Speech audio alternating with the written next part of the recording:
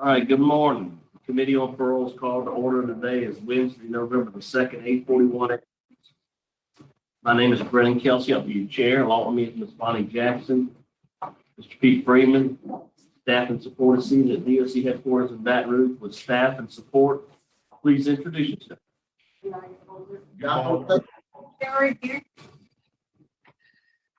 Okay. Our remote location is Hunt with staff and support of Hunt. Please introduce yourself. Good morning, Warden Donnie Barlow. Christy LeBlanc, classification. Assistant Warden Carl Thomas, security.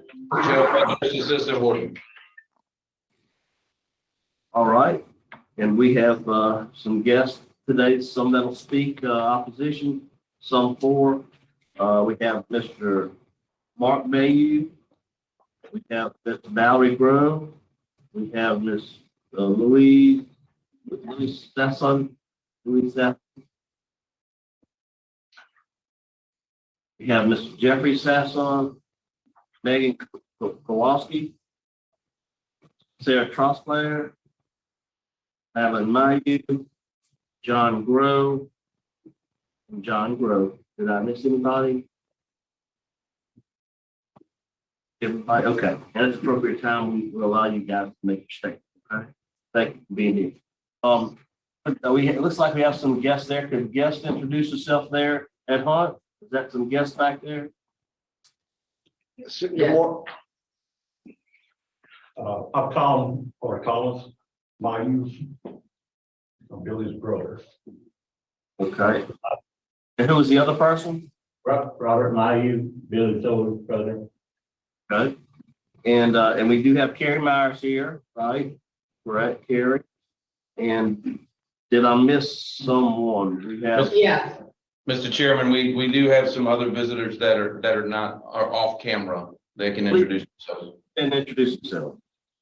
Sister-in-law Karen Mayeau, sister-in-law Debbie Mayeau. And Mr. Kelsey, Robert Lancaster with LSU Law Clinic here representing Mr. Mayeau. May it please the honorable committee. My name is Bianca Cruz. I'm a certified legal intern through the Louisiana Supreme Court Rule 20. Today, I'm representing Mr. WillieMayeau through the LSU Parole and Reentry Clinic. And as you heard, my supervisor, Robert Lancaster, is here with me today. And I will be making my closing statement at the conclusion of this hearing after Mr. Mayeau speaks. All right, thank you. And we also have Miss Sarah Trostler. Did I introduce Miss Sarah? Yeah. And we have Mr. Barry Miller. Mr. Barry will speak at the appropriate time.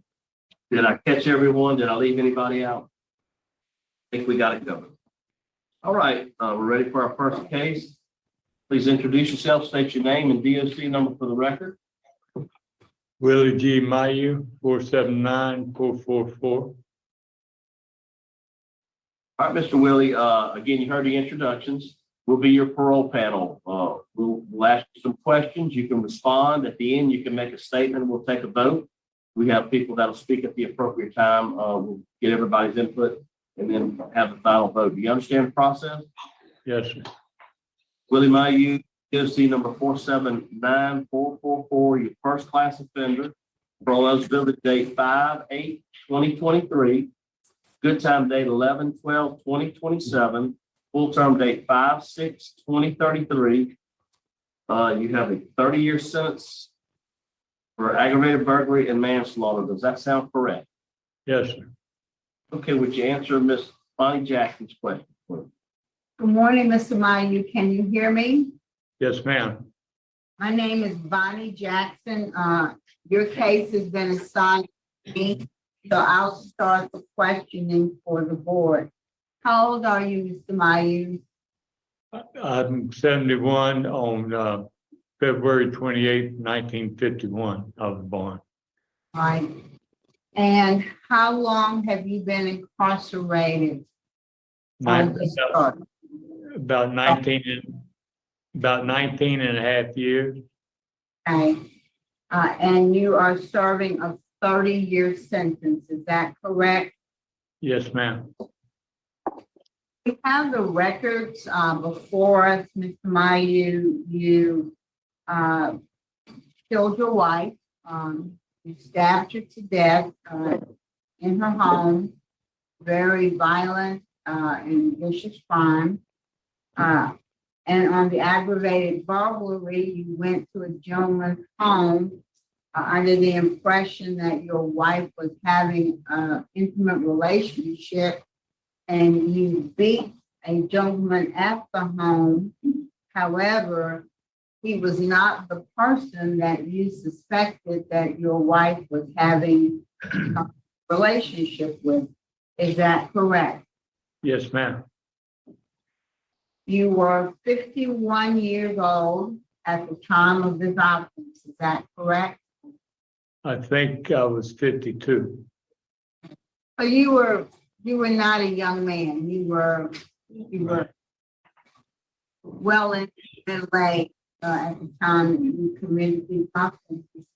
Would you please tell the board what was going on with you around this time that would cause you to commit these really terrible crimes? So tell us why you believe you committed these crimes. Well, my wife had went on a conference to Washington, D.C. in January of 2003, I'm sorry. And she was there for like 7 days. And I understand she had an affair in Washington, D.C. And when she came back after the 7 days, we talked and we tried to make things happen and work with our relationship. But she ended up continuing her affair. And on March 17th, she called me up. I was playing golf and I had been drinking.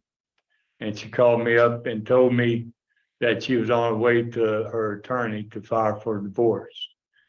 And I just went, I just lost it, and I didn't know what really to do. And I took it out on, I knew where this guy lived and I knew his name, but I've never seen him. I made a horrible mistake, and I went to his house.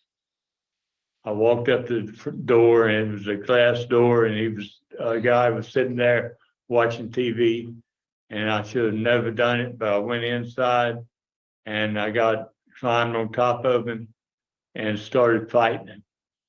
And he bit me on both of my chest really hard, and to try to get him to stop, I put my fingers in his eyes until he released me.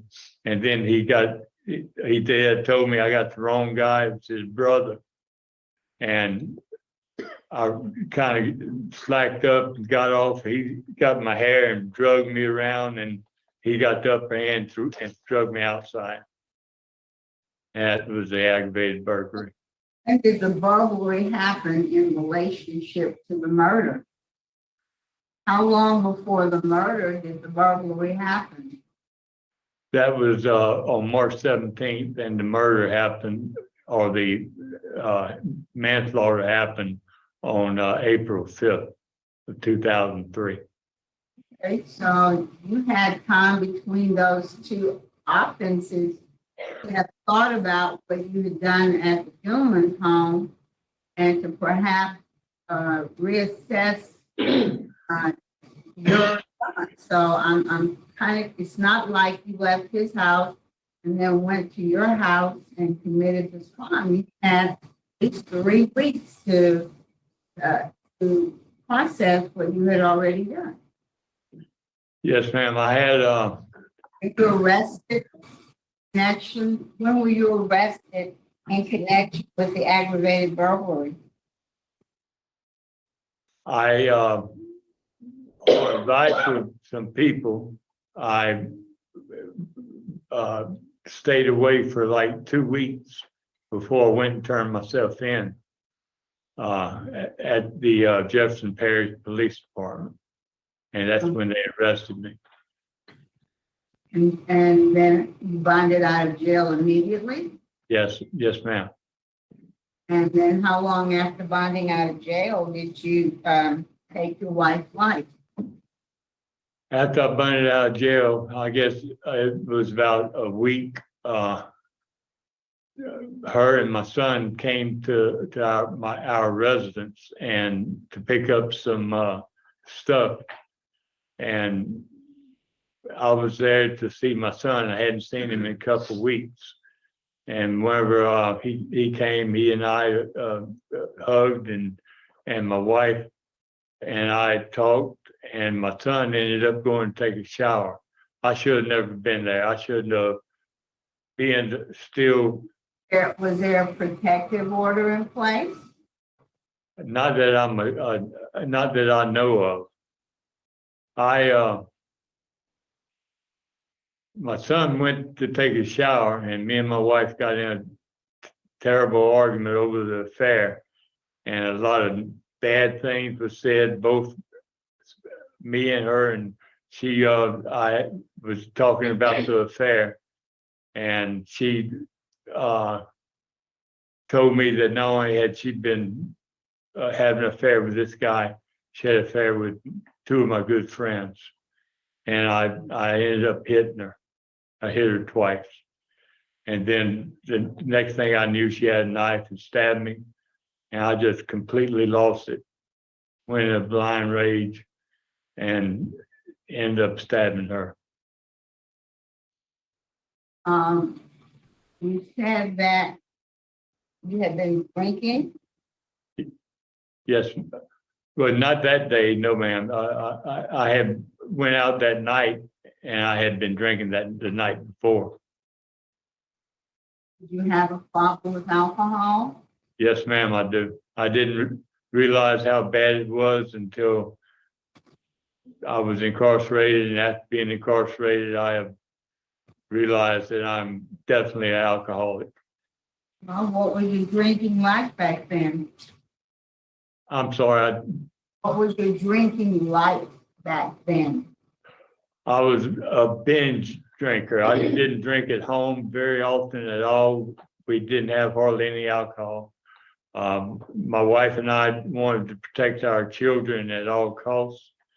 But I played a lot of golf, and I played way too much golf. And when I played golf, I drank alcohol to over excess, and that has caused a lot of my problems.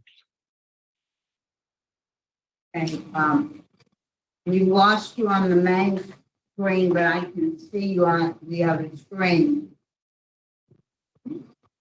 Was there a history? Can you hear me, Mr. Mayeau? Yes, ma'am. Now I can. Was there a history of domestic violence in your relationship with your wife? No, ma'am. I've never hit her or did anything. We've never had any kind of domestic problems other than your normal everyday problems. Well, the record indicates that there was a protective order in place at the time of this offense. I didn't realize there was. After I left after the aggravated burglary charge, my house was vacant, and I had inquired about going back to my house, and that's where I went to. I didn't realize I wasn't supposed to be there when she came. Was? Okay, there you go. You're back.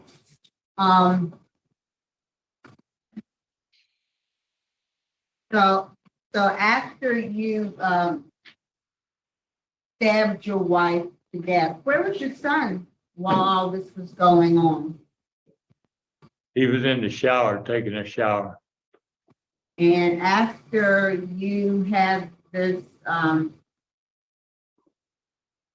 as you say, fight with your wife, what did you do?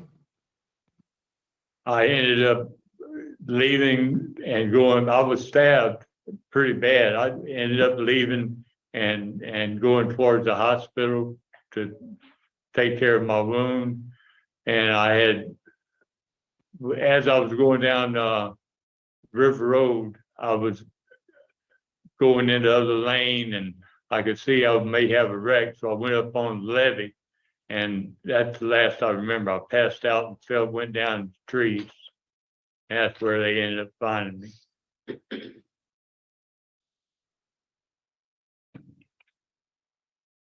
So your son was 17 at the time of this crime, Yes, ma'am. and he was in the house, and so he was the one who actually discovered your wife's body. Is that correct? Yes, ma'am. It's a terrible thing. I guess I was a coward for leaving it. You know, along with everything else I've done, I didn't know, wasn't in my right mind. But you say you weren't under the influence of alcohol. I may have been under the after effects of alcohol. I didn't drink anything that morning of the crime.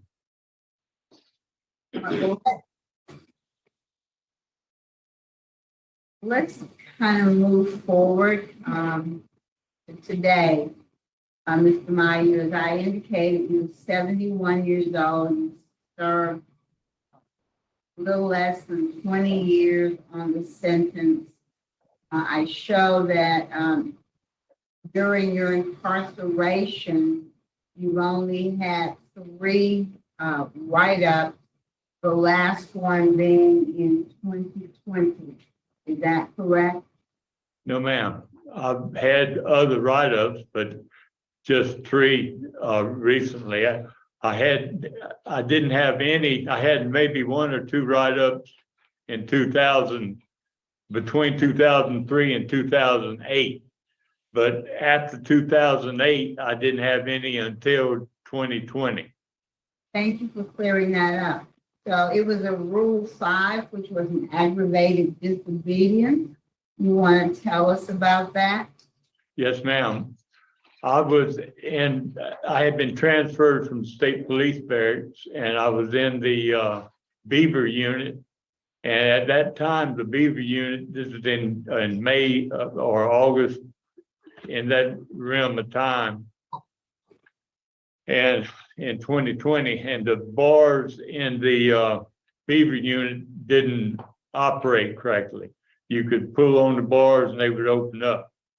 I was in my cell sleeping, and they had like 4 or 5 guys who had drugs, mojo, and they broke into my cell, woke me up, and attempted to steal my canteen. And I had a confrontation with them, and they ended up getting me thrown out of the tier.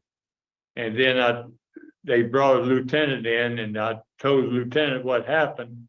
And the lieutenant tried to get me to say who was the guys that did it. And I didn't know their names, and I didn't tell him who it was for fear of them coming back at me.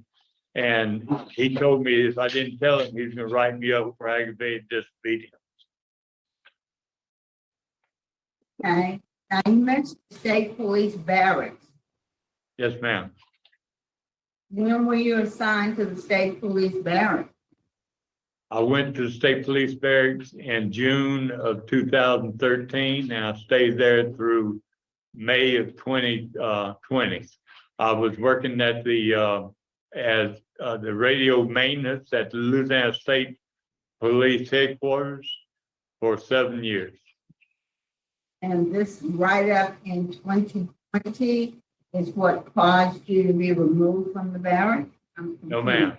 Why were you removed? Why were you removed from the barracks? I was given a Christmas present, and I kept $30 of it instead of turning it all in. and that was a terrible mistake on my part. And when they came during the COVID, when nobody was there, they searched my office and they found $30 or $26, I think it was, in the a notebook in my office. And you were written up for contraband, Yes, ma'am. and they removed you from the barracks. Is that- Yes, ma'am.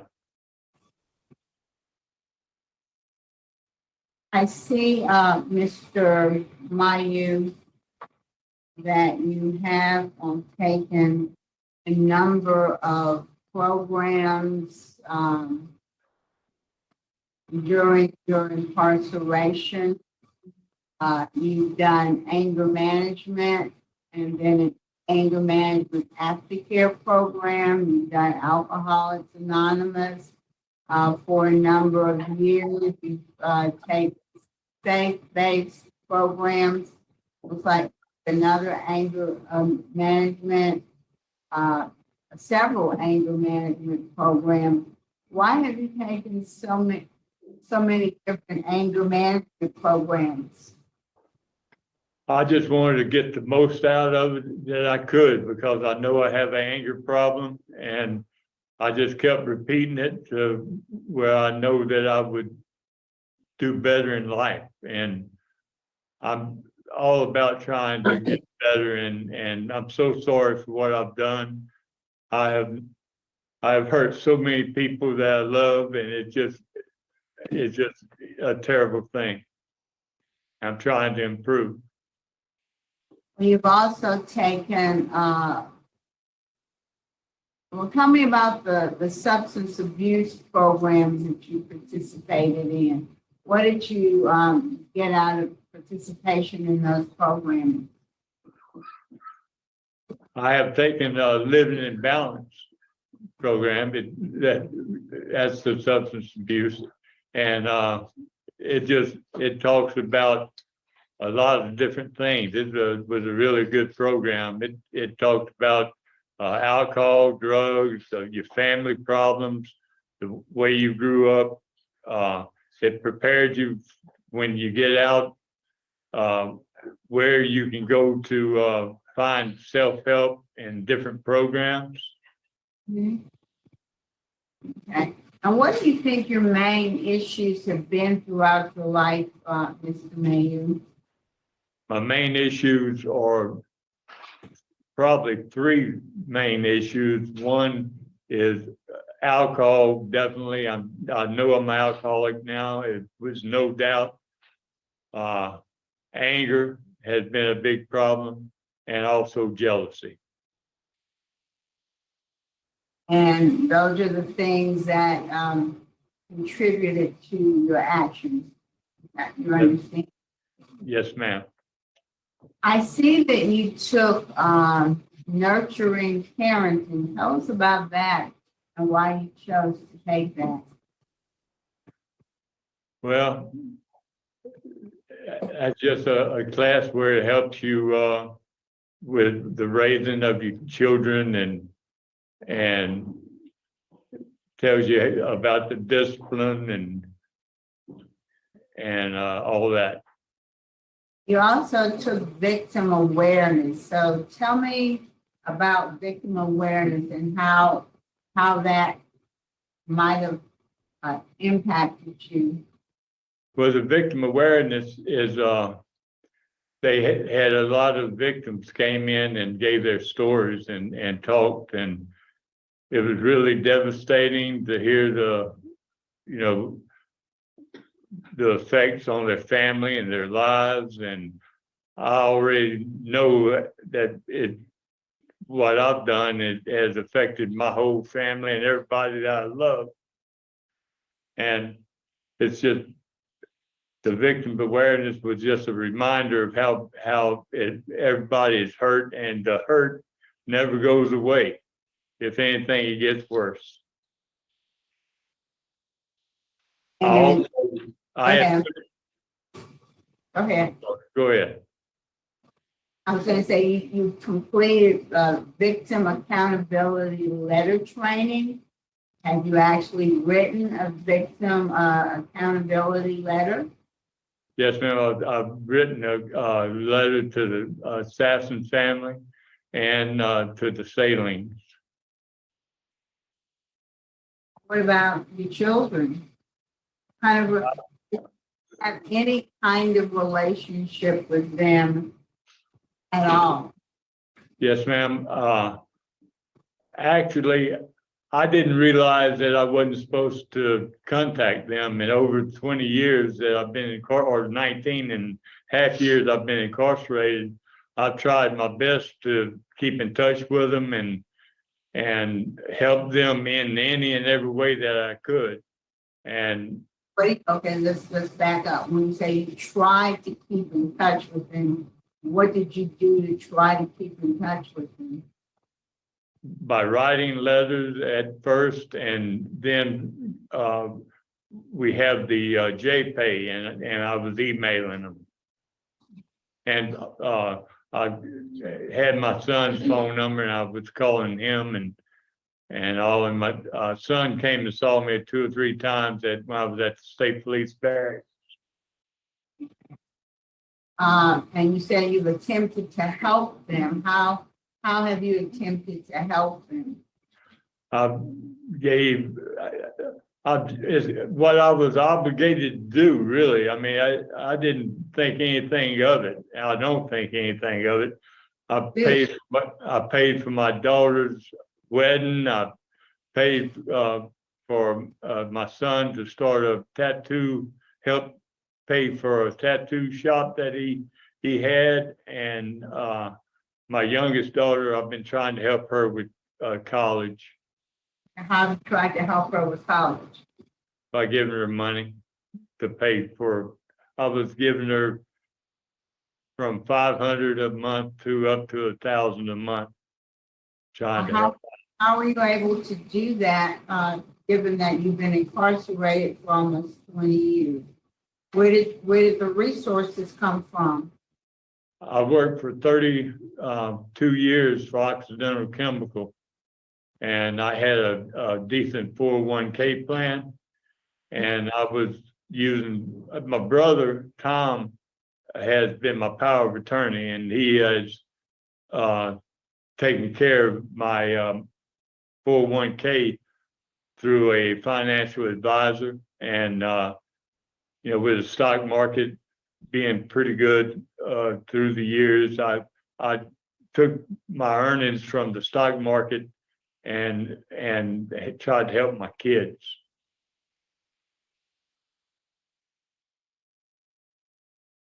I just want you to know that you have a tremendous amount of opposition to your early release, Mr. Mayeau, from the victims of both crimes, from law enforcement, from the judiciary, the DA, the Attorney General's office. There's a tremendous amount of opposition to your release, in light of the fact that you served less than 20 years, and you do have a date in 2027. I recognize that you are 71 years old, but you do have a good time date in 2027 that you'll be regardless of what this board chooses to do today. So why should we consider releasing you early, given the opposition, very strong opposition, and just the really gruesome, horrible nature of the crime? Why do you think we should reduce your sentence and release you early? Well, I realized the terrible crime that I committed. I am unbelievably sorry for what I've done. I have hurt everyone that I've loved or cared about in my entire life. And I understand their pain and misery, and I understand why they have the opposition against me. I have taken all these classes and all the anger management and everything to try to help improve my life and turn everything around. And we're given the opportunity, I will continue with the AA program and go to AA meetings and share my story and try to help others that has similar problems to mine. Warden, what can you tell us about Mr. Mayeau? Yes, ma'am, Ms. Bonnie, it's a horrible situation, horrible crime, that, they took the life of Ms. Mayeau and destroyed two families. That being said, nothing could take that back. But since Mr. Mayeau's been here and he's been working hard, he's took a lot of classes to try to benefit himself, a lot of programs. He's a trustee, which he goes out the gate and works. He's been doing well. I do believe that I would like to see him take victim impact so he can better understand the impact that he caused the family of the victim. And continue, of course, on with his substance abuse and anger management. Thank you, Warden. Ms. Mayeau, what's your job at the prison? I've been working for DOC headquarters for the last about year and 2 months. We was building cubicles in the headquarters, and I was the 2-room man and paint room guy and helped with inventory and whatever they needed. What are you doing now? Right now, I've had several numerous call outs, and I have just recently been reassigned to #1 maintenance. How's your health? I think that's why I was reassigned. I have a bunch of hernias, and I just found out I had skin cancer. And I think they have scheduled a surgery, for that. All right. Well, thank you very much, Mr. Mayeau. Mr. Pelkey, that's all right. All right, thank you. Thank Oh, you, here. ma'am. Here, Mr. Kerry Meyer. Yes, good morning. Kerry Myers with the Louisiana Parole Project. I think listening to Mr. Mayeau, you can recognize that he is certainly aware of the harm that he's caused, and his remorse is sincere. At 71 years old, you can look at his record, except for the 2020, he's had an excellent disciplinary record, and he has addressed that. He's taking any number of programs to address the issues that brought him to prison, and he is committed to continuing with AA, NA. He has a strong support plan with his family. He has Parole Project to help him through his transition. His parole eligibility date is actually in May of 2023. He still has time. This board grants him today to take victim impact, to continue the things that he's been doing. At age 71, based on the programs that he's taken, he's a first offender. He's addressed his issues. Mr. Mayeau and I believe that everyone would be better served if Mr. Mayeau did the rest of his sentence on parole supervision. Even though he does have a good time date, the board gets the ability to set conditions for him on parole supervision. We are certainly in support of Mr. Mayeau's release, and Parole Project will provide him that transitional support. So we ask that this board grant his parole today. Thank you.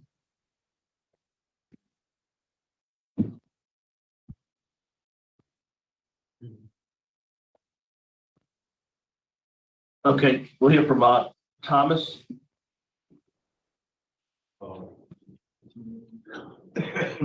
Excuse me, I have just a little bit of problem with my breathing. I just recently got out of the hospital, so if Okay, go ahead and make your statement. Yes, sir. I make too many noises while I'm trying to read this, I'd like y'all to excuse me.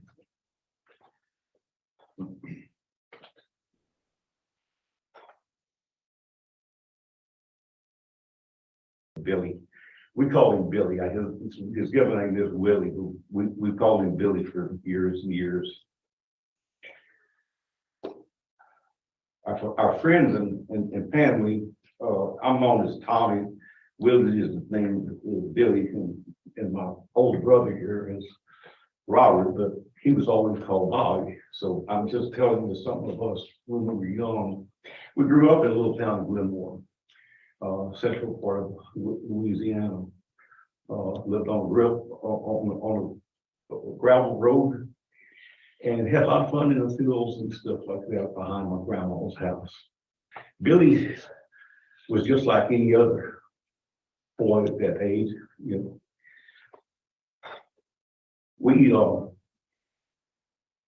We worked with him and we lived with him for years. I have tried my best to help as a consultant, advisor, whatever he needed. Sometimes maybe I did some good, sometimes I probably didn't. But at least I tried. The thing that I'd like to bring forward mostly is that Billy's been in for nearly 20 years now. He has been very, very, trying to think of the proper word, I guess, remorseful, I guess, is as good as any. He has been very, very remorseful about what's happened. He's talked to me about some of the things, nothing in particular, just the fact that he relives it at night, everything that he can remember, and it tears him up. You know, Billy, as a 71-year-old man, having spent the time he spent here and taken the programs that he's taken here, I don't believe that he could be a threat to society right now. I just don't believe that. My family and I have tried our best to help with anything that he needed and with the children as much as we could help. But I would really appreciate it if y'all would consider the fact that he could become a member of society and a useful member of society. I'd like to thank the board for listening to me. Thank you, sir. All right, thank you so much. Mr. Robert Mayeau? Yes, my name's Robert Mayeau. I'm Billy's older brother. Billy and I have always been close. He plans to stay at our house as long as necessary and complete anything that any requirements that you may suggest. And he'll have eyes on him 24/7. Not thinking that he needs it, but just to help him make sure that he doesn't get back in the situation that he's in now or affect anyone's life. I have a 3 and 4 year old grandchildren and daughter, and they visit our house often, and I feel very comfortable with Billy being around them. They spend the night with us, and it would be a pleasure for them to know their uncle Bill. Thanks for having me. All right, thank you so much. Thank you for your comment. Now hear from Miss Louise Sasson. Right. Yeah. Oh, come on, Mark wants to go. Okay. Mr. Mark, you can go first. I originally planned on coming and being here today. I submitted one of the confidential forms. And in that, when I was filling it out, I was trying to be fair, even tempered, and trying to give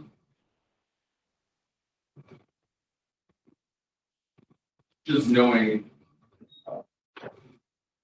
that a man's opportunity for a little bit of freedom at the end of his life, let's see, and having led a life, trying to be the best kind of person that I know how to be, trying to be fair. I tried to remain as neutral and put aside any hurt feelings, and all that. And as I filled out that form, I found that I was pretty squarely in the camp of opposition to my father's release. I prepared big, I decided to just respond to what I've heard so far instead. Short 19 years ago, my mom and dad were in the middle of getting a divorce. My mom had been having an affair, like you heard.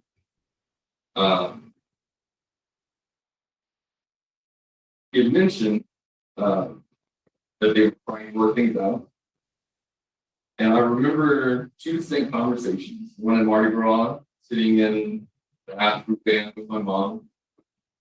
And we had just kind of gotten to a point where I was old enough that we were talking about some realer things and talking a little more plain with each other. And she told me that if only he could quit his drinking and stop placing golf and everything else before any of his family, make an attempt to be a passable father and decent husband, that they'd be able to move past and be able to really work on these things.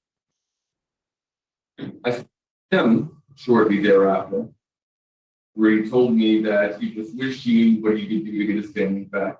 And I said, look, you won't believe this. I just had a conversation with mom with those answers. And I relayed that information to him. And he said, well, golf's the only thing I enjoy doing. And, I drink because life's hard and I've got problems. So it's not going to change. That was before the morning of April 5th. That was the moment where I realized that my father would never think beyond himself. And a big part of what led me to writing a statement, trying to be fair and trying to be objective, was mostly just trying not to be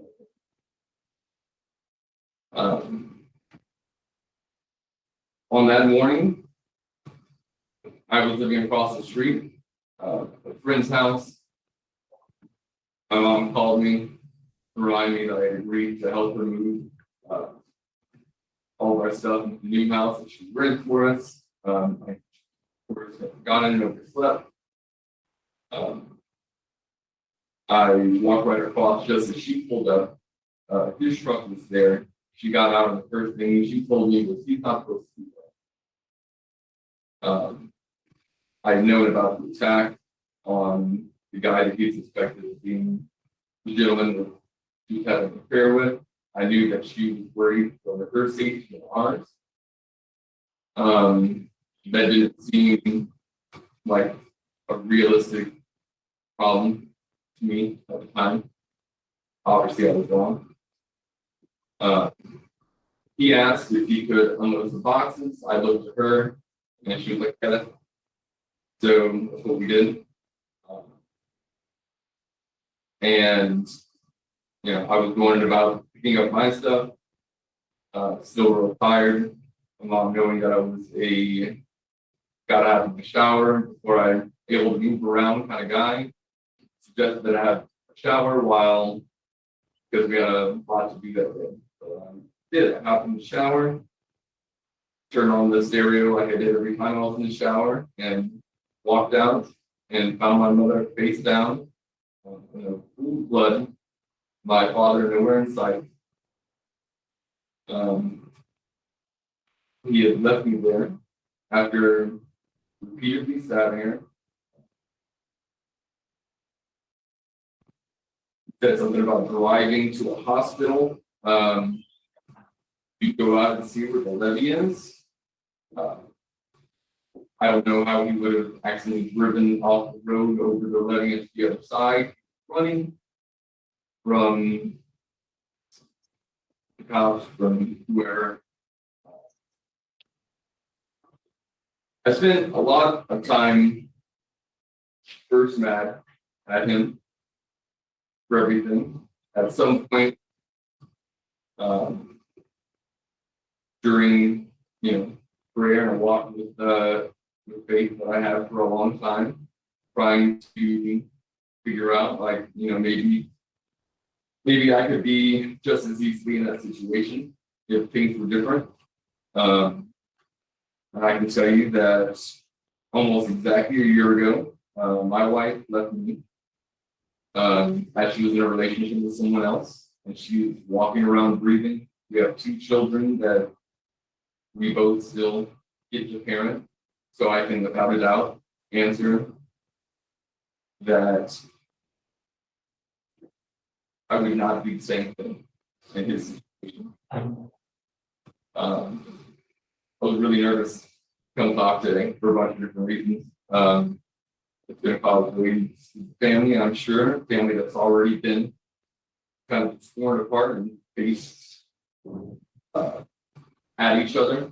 Some folks supportive of my dad, some not.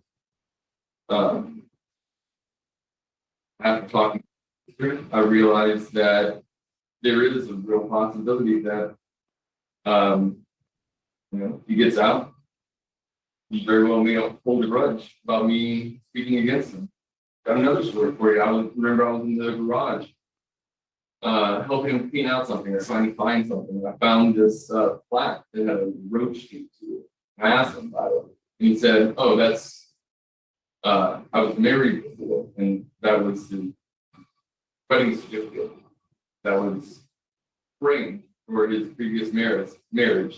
Had a roach had tape over his name." And he explained that whenever his previous wife left him, her brother wrote over his name and left it there. And he had kept it all those years to remind himself that he owed them. So,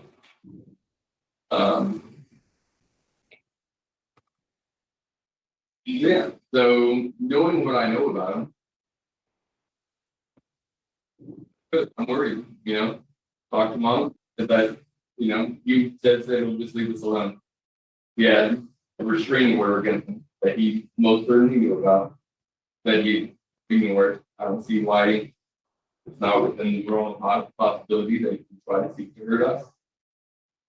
I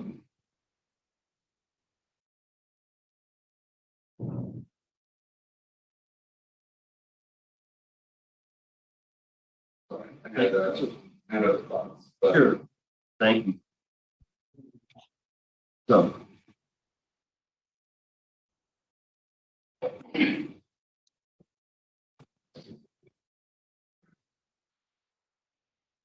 Here, let's say,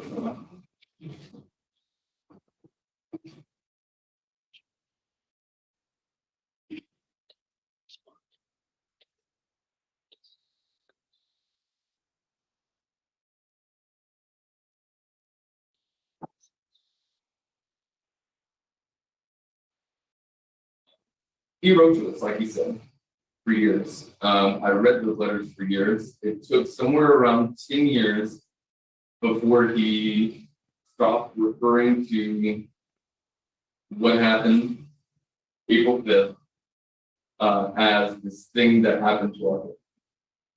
He refused to accept responsibility for what he had done for decades. I had written him letter after letter that I never delivered. And eventually, finally sent him one. Eventually, just for my own health, and then 3 years after that, it was if I could only just have that conversation, if you understand, as if he was going to explain to me the justification that he had for doing what he did, for leaving me there. The very last conversation I had with him, he told me that one desire would be to have the 3 of us and then my sisters in a room with them so that he could talk to us, answer any questions, try to help us understand. That doesn't sound to me like a man that has accepted that what done as an excuse. It doesn't sound to me like a man that really has any remorse other than the fact that he wound up where he is. He's done a lot of work, but I'm sure are things that he knows will look great for y'all the board. Hardest amount of work, actually writing something to us or doing a victim statement that apparently assassin, whoever else. Thought it was interesting to find out that he didn't do the same for us.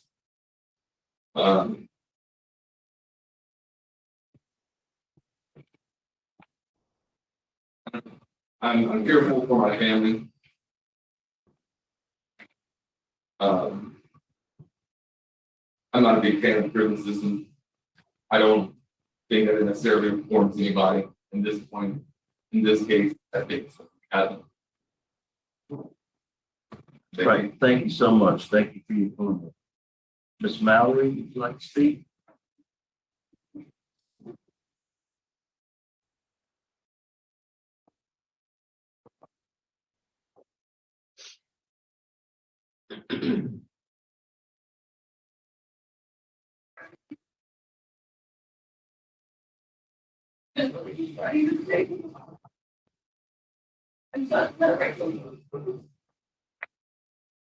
And I have to mention this from hearing of this now. It's just he's still the same.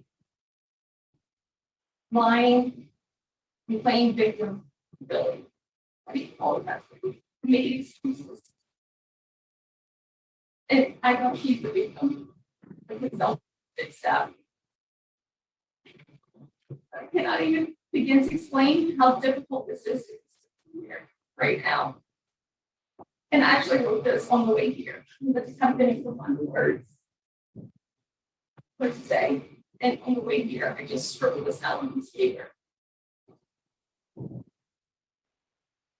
This really just does not seem real. That I'm having to relive this nightmare.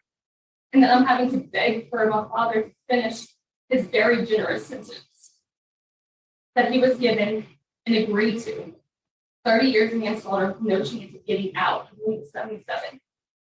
My siblings and I were all so young to realize what his sentence meant. Looking back, I wish we would have fought more. But I was only 15. My sister was 5, and my brother was 17.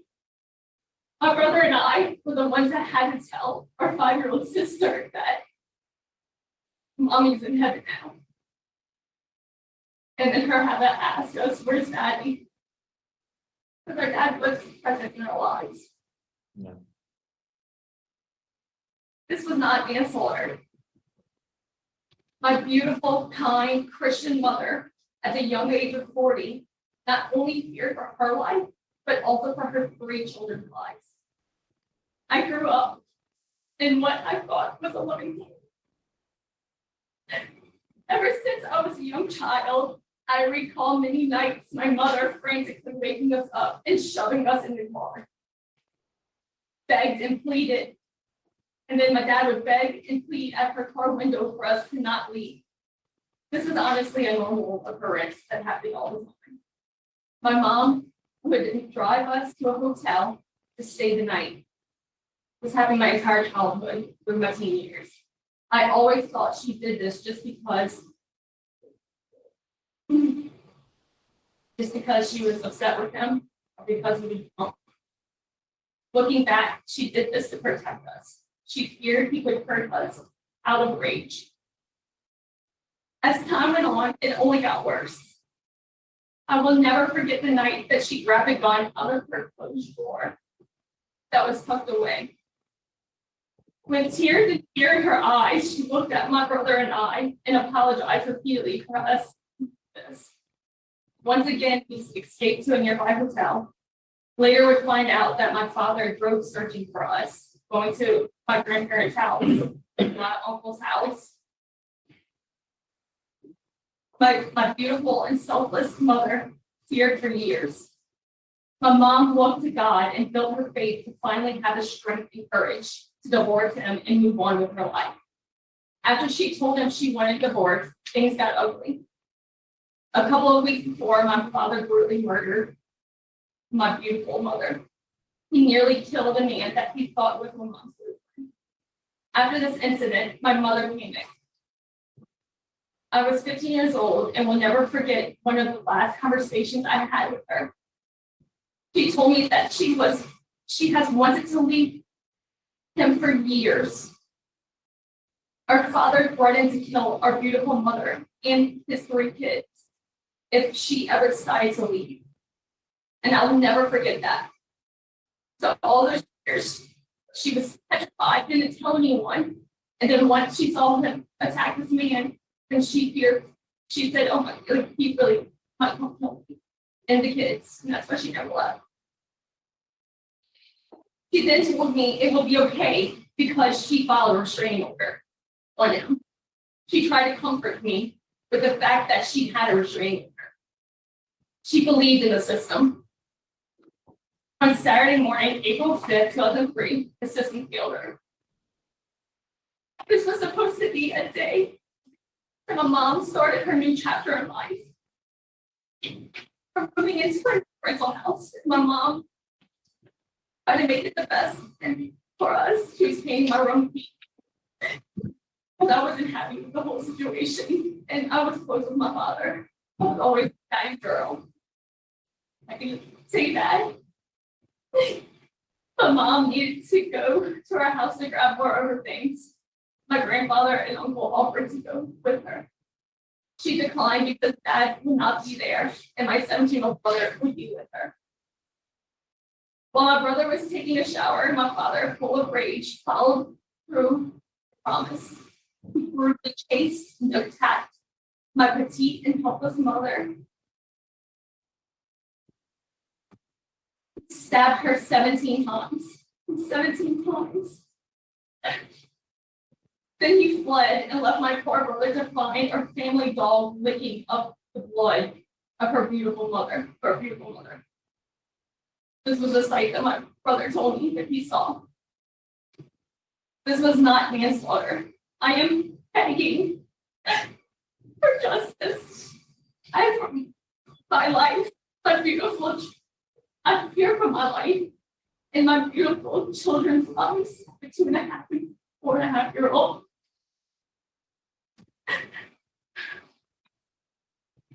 I will never recover from this.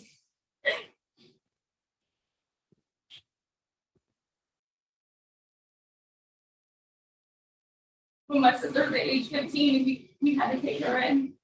My grandparents were just getting older and needed help. I was 25 years old and mom was been 26, and we took all the responsibilities. We went to help her sister. She never got to experience parents because she's so young. 25 years old. If she doesn't. I don't feel like my dad has remorse. If remorseful, he would serve his full sentence like he promised for his kids.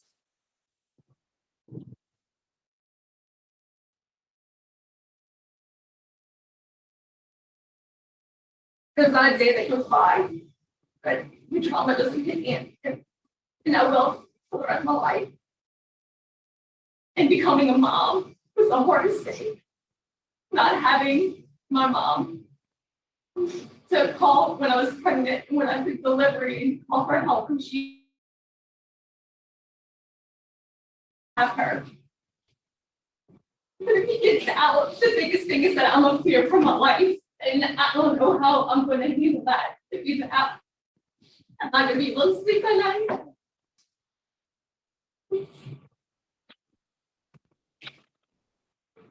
I'm a mom now. I have to protect my babies. And that's what became real to me once I became a mom. And my father was completely sober when he murdered her. And it was premeditated. She had a restraining order. And the only thing I think about in my head is how she told me that day it opened up that he always threatened to kill all of us if she ever left. And then I wonder if she wouldn't have died that day, would we have all died that night? Would we have broken into the rental house and killed us all? So in a way, I almost have to look at that and say that she almost sacrificed for us. And just one more thing, I was going back on emails, because he does email, and I did email back and forth with him a few years ago, but it's been years since I've talked to him. One big new mom, like I said, things for me completely. And I never, ever, ever thought that he would walk out, like, you know, I never thought, I always thought that it was big. And some of the emails, which just were a year ago, September 2021, he would, and I can't believe that all of you have fully shut me out of your life.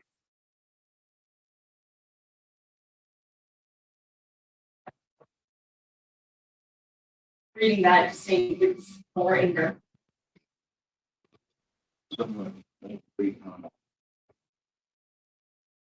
Good comment from Ms. Louise Sampson.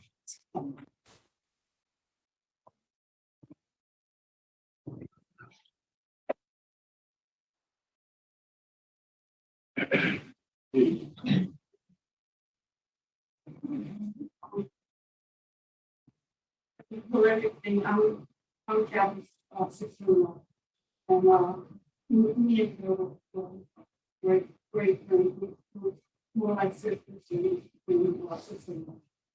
And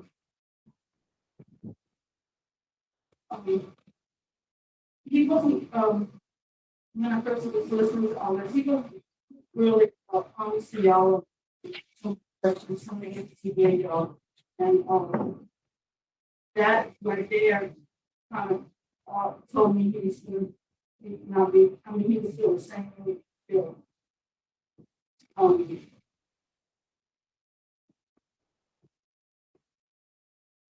He got her laugh and strength.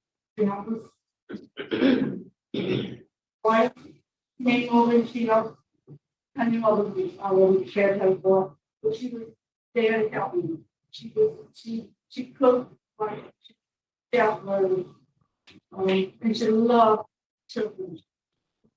She really cooked. And she loved church. She had a big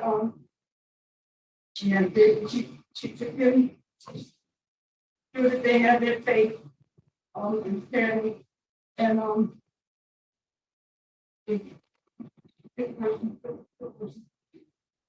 horrific thing done. He doesn't deserve to, you know. We have all had anxiety, but we know because of it. It was difficult time. They grown up, but they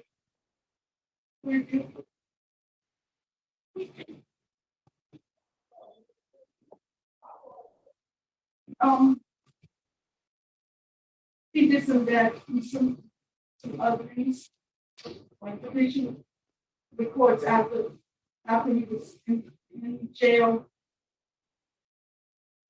He reports to the public the trauma like all the claim of his son trying to get out of jail. That's what we call it. We slow down. I don't think it needs to be out right now. Yes, ma'am. Thank you so much. Thank you for your comment. All right, Mr. Milligan, would you like to make a statement? I would. Thank you to the board. I'm Assistant Attorney General Barry Milligan. Our office prosecuted this case, and I'm here to reiterate our opposition to this board granting Mr. Mayeau early release. Our opposition is based on the gravity of what happened here. I know that the board is well aware of those facts, and I think they speak for themselves. And I know that the board has well noted the anguish in these victims, the anguish that they've expressed.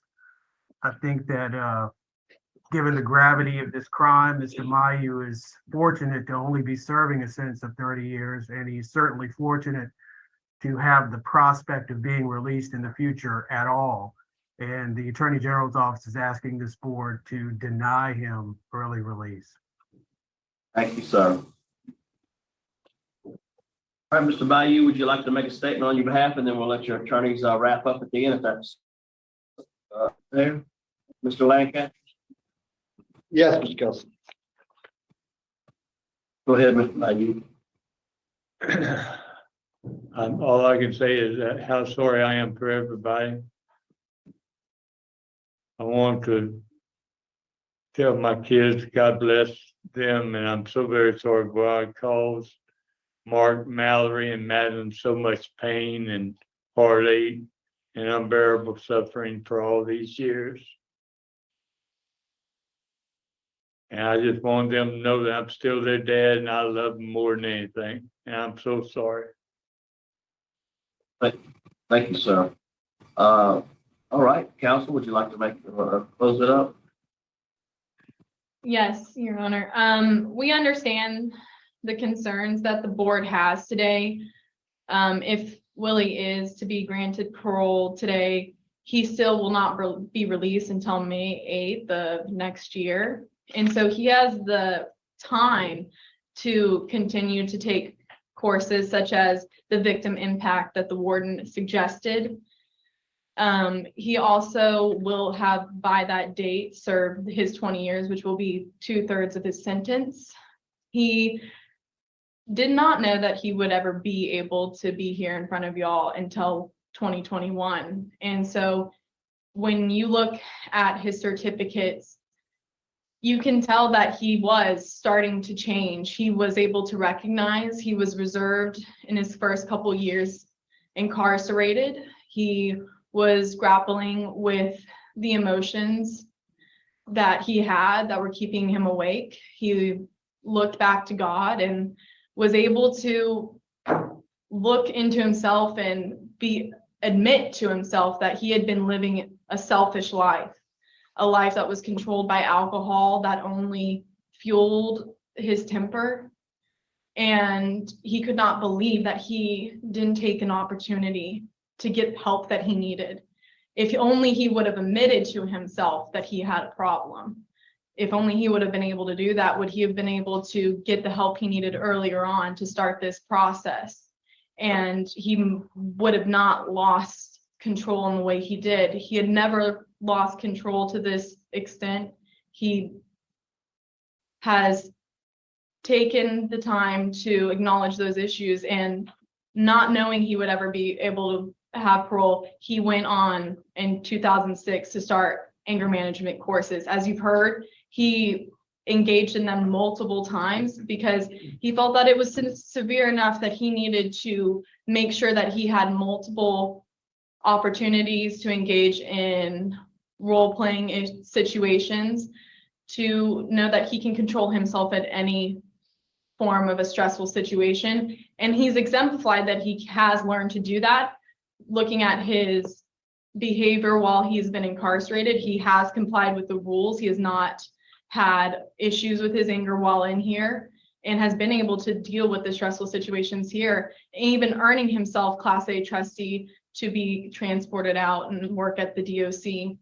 And as you'll see in the supporting letters, he has received well reviews under his supervision in the jobs that he has had.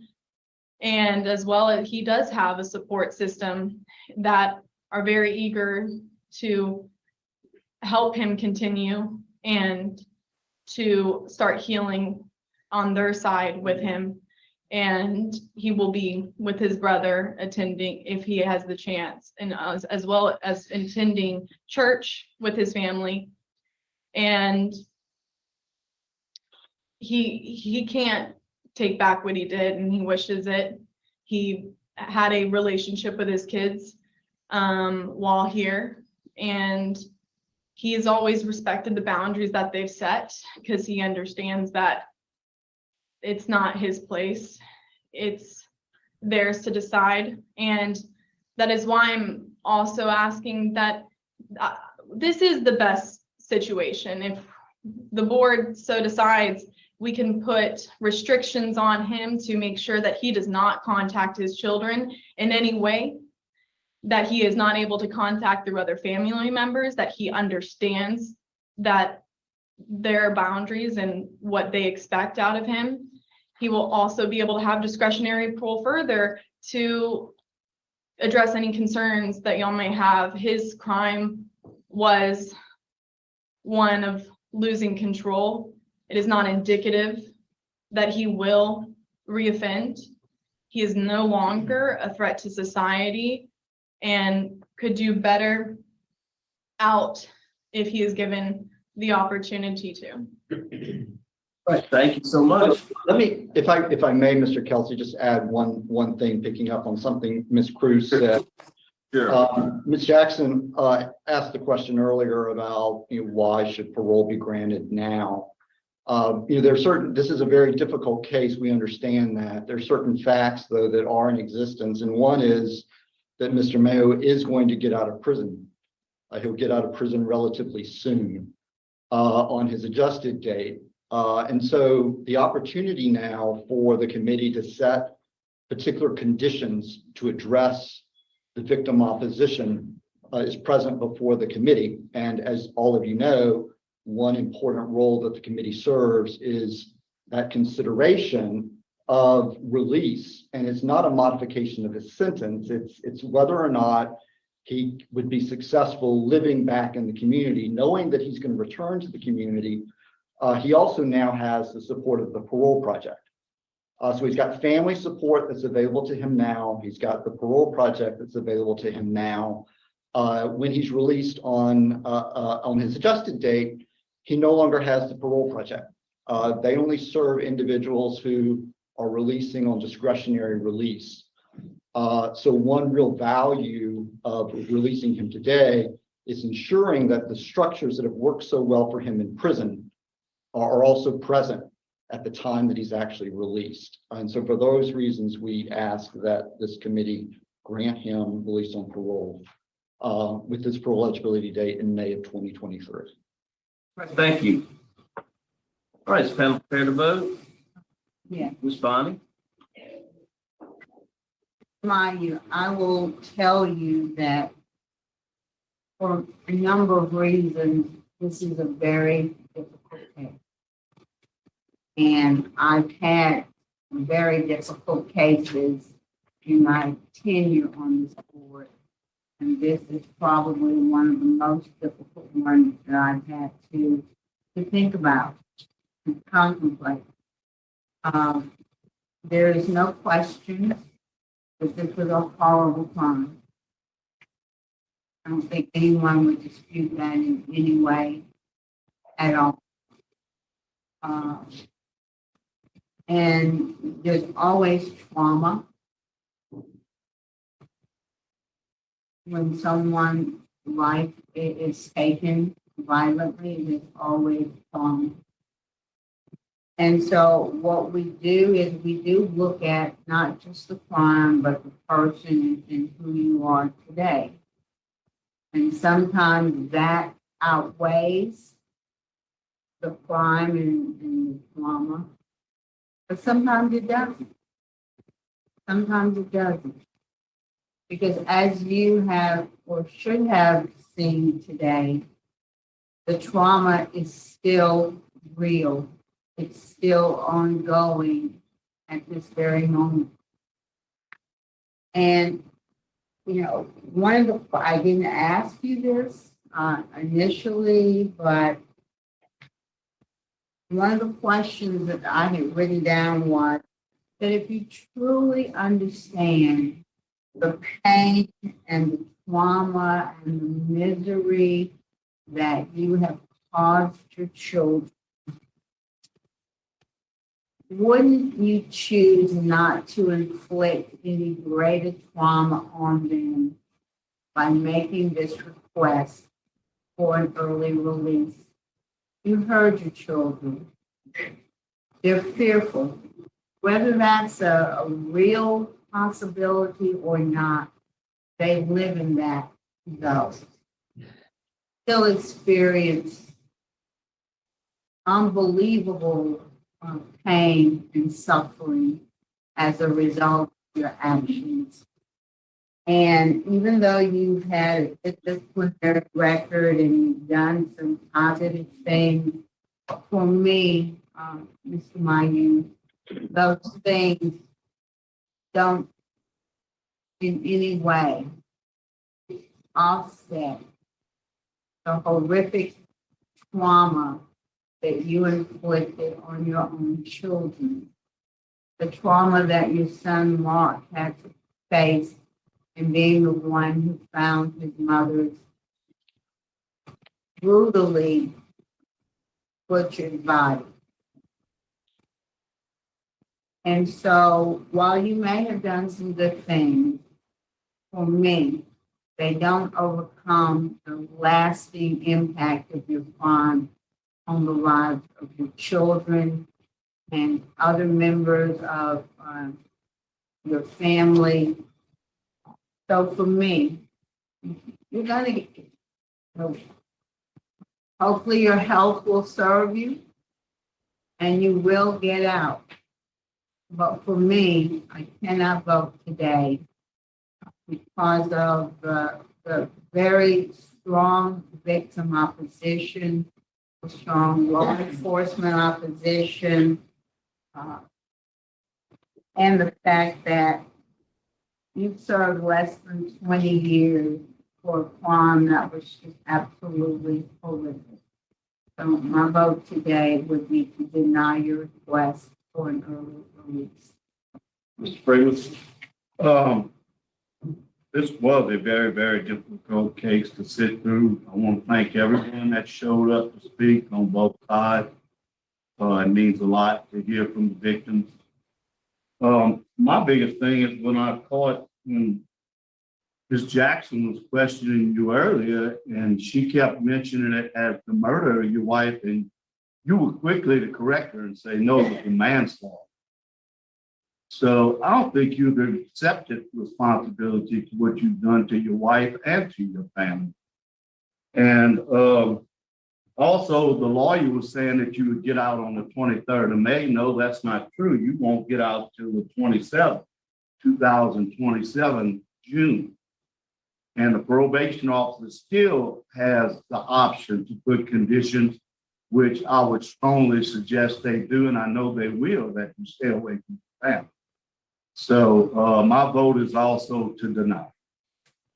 All right, you have 2 votes for denial, so I'm going to vote to deny your parole today for the same reasons as stated. Thank everybody for being a part of the process. So sorry, family. I know this is difficult, but we want to thank you guys for being here. So we have 3 votes to deny your parole. Today your parole has been denied. Good luck. Thank you. Thank you. Thank you.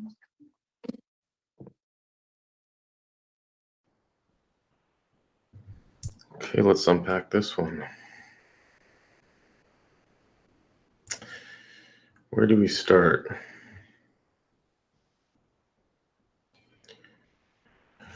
So I tried finding the court transcripts to actually get into the details of the case, because as we've seen, sometimes what we hear here is not everything, but I just couldn't find it.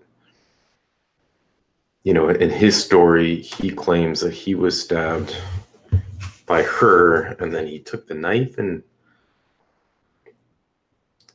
I just wonder if that's even true.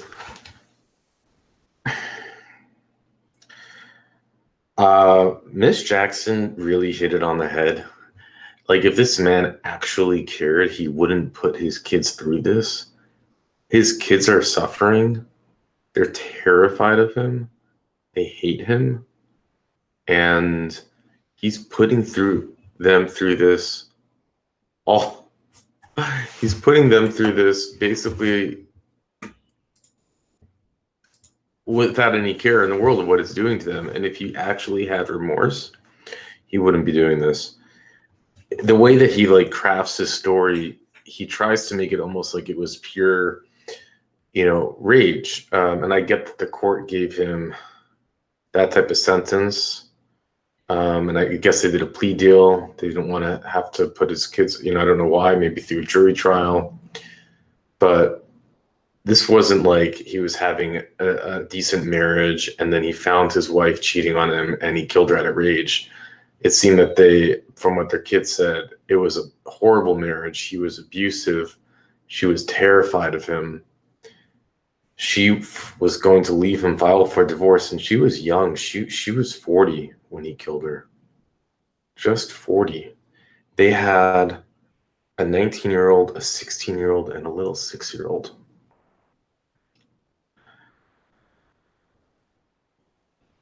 He went and beat up the wrong guy, the brother of the person she was with. Then he also stated that she claimed that she had an affair with 2 of his best friends. And I don't know if that's true. And frankly, I don't believe anything he says. Yeah, he talks about she went to a 7-day conference, had an affair. It was like, he really like put this whole story in his life, how he was the good guy and she was the bad person and he just lost it. And it's just, even now, just crafting the story in this way, it's just,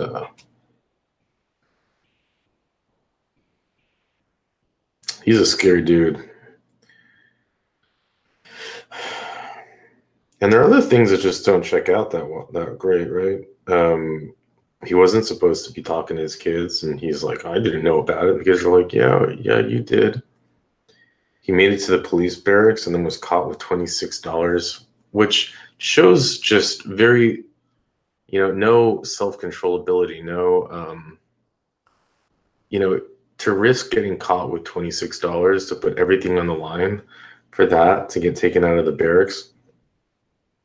If you have, maybe cash is like worth much more in the system, and that's why he was tempted to do it. But, from what he said, he has a nice little nest egg. So I don't really understand that.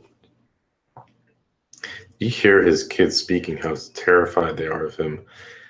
He had to find his mother in a pool of blood, the dog licking up her blood. They became essentially orphaned that day. They lost their mother and they lost their father. A 6-year-old little baby, where's mommy? And then they had to explain that their father did this. And they're so afraid of him still. Like, I move through emotions listening to this. It's just fun. It's just like how it takes you through this roller coaster. But the judges really just said it best. They really did. And I guess that's why I have less to say.